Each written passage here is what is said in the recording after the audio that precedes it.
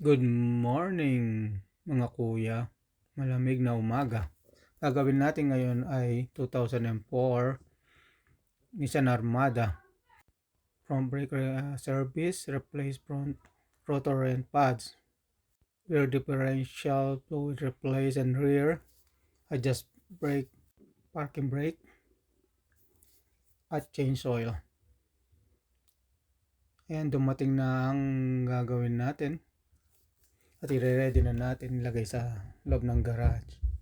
Ayan, i-jack na natin siya. Ito yung mga parts na dumating. Dala ng may-ari. Natanggal na ito yung mga brakes na papalangin ng itsura. Yan, ganyan. Masama ang loob. Sa loob. Hindi na natin pwedeng reface to. Kasi linipis na siya masyado. Kaya nag-decide tayo na palitan ng bago. Yung natanggal na natin ng caliper. Press natin ng piston niya. Yan. Then tanggalin na natin ng caliper. At sunod na rin natin ang lumang rotor.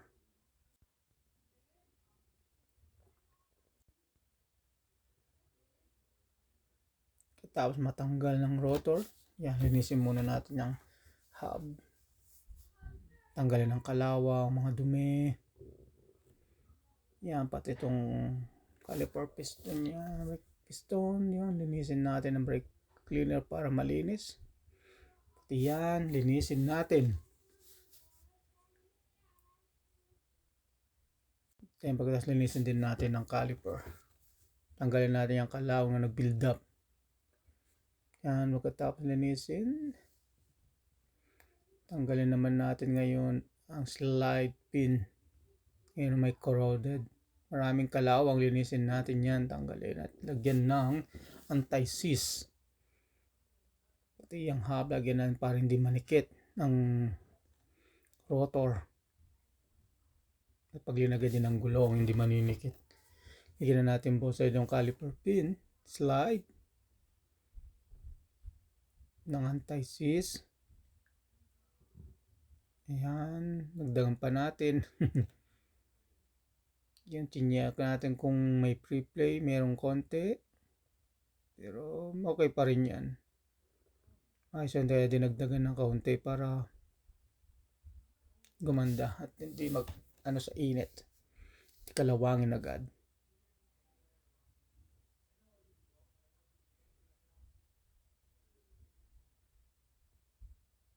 Lagyan natin yung anti-vibration ng anti-seize din.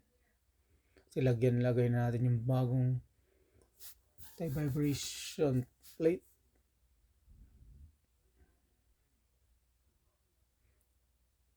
Yan, ready nang ilagay yung rotor na bago. Ngayon, linisin muna natin ang rotor dahil may oil yan. Pag galing sa manufacture, kaya kailangan linisin, tanggalin yung oil. Yan, lagay na natin. Tapos natin mailagay, lagyan muna natin ang lug nuts para hindi siya gumagalaw, para medyo secured siya. Pag linagay natin ng caliper, impact lang kaunti, hindi na maigpit yan. May adjuster naman ng ating impact wrench, nakalagay sa auto yan. Pag naramdaman niyang maigpit, mag-stop siya, hindi niya iigpitan para hindi masira. Tapos lagyan natin ng anti-seize. Yan, tapos natin malagyan ng anti-seize. Start na natin ilagay ang caliper.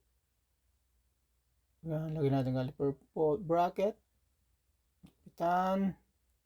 Tapos natin maigpitan ng kaunti. I-torque na natin sa specific na torque nya. Tapos na natin siyang matorque. Sunod na natin ilagay yung brake pads. Pero bago lagay yung brake pads, lagyan muna rin natin ng anti-seize brake pads yan para medyo maganda siyang mag-slide. Kasi anti-seize na to ay it resistance maganda kaysa sa grasa. Kaya ito ang aking linalagay kaysa sa grasa. Ang grasa kasi natutunaw, natutuyo. Hindi tulad nitong anti-seize. Yun, ilagay na natin ng piston, retorque na natin sa specific torque niya, sa specification ng manufacturer.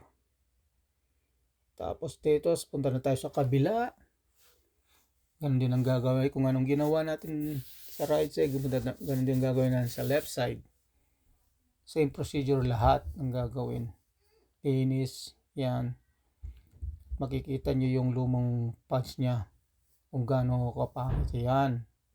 Kinain yung sa loob, manipis, yung kabila hindi. May karoon siya ng stock up. Tapos nung natapos na lahat, yung nigupin natin yung brake fluid. Kasi service din natin ng brake fluid replacement. Yung nilagyan ko ng bagong brake fluid. Gamitan na natin ng vacuum para gupin ng laman ng buong linya at malinis na ang buong brake. Yan ang aking gagamitin na vacuum. Inandar ko na ang aking air compressor para mag-start na tayo mag-process ng brake bleed at cleaning. Yan, makikita nyo ngayon pag na-set up na lahat, i-on na yan. I-open yung bleeder, brake bleeder. Then makikita nyo yun, iniigop niya yung lumang brake fluid para malinis. Ganyan ang process. Matapos na yung binandar namin sa kami, narinig kaming maingay sa makina. Kaya hinahanap ko kung saan nagmumula yung ingay na yun. Para din akong doktor. Kikinig ko, may ubo yung makina. Lininis ko na rin tong rim niya ng hub para pag sinama, ilagay, hindi siya naninig kanina. Hirapan kasi ako magtanggal. Ito ang naging cause, may corroded siya sa loob ng hub niya. Yung dumi, mahirap tanggalin.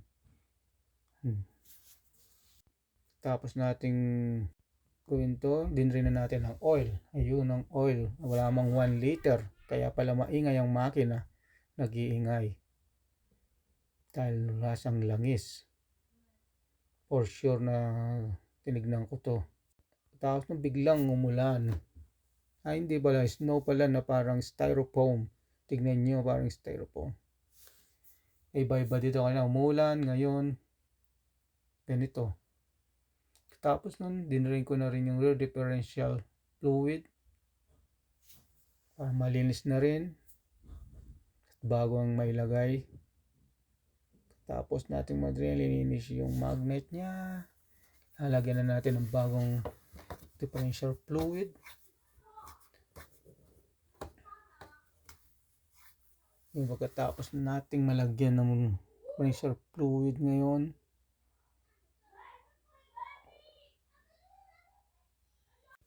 habang nilalagyan ko ng differential fluid to, na-drain ko na rin yung front differential. Yun, babalik na natin ang drain plug. Ito ngayon ang front differential, na-drain na rin siya, okay na rin, malinis na. Lalagyan na natin ng bagong differential fluid ulit. So ito ang front differential, lalagyan natin ulit ng bago. Ngayon, pagkatapos namin natapos itong lahat, tinroad test na namin, masaya naman ang customer. Wala na kanyang pangamba. Salamat sa inyong panonood, mga kuya at ate. God bless sa lahat. Thank you. Hanggang sa susunod kong gagawin. At bukas meron naman akong gagawin. Kailangan ko muna magpahinga. Salamat sa inyong lahat.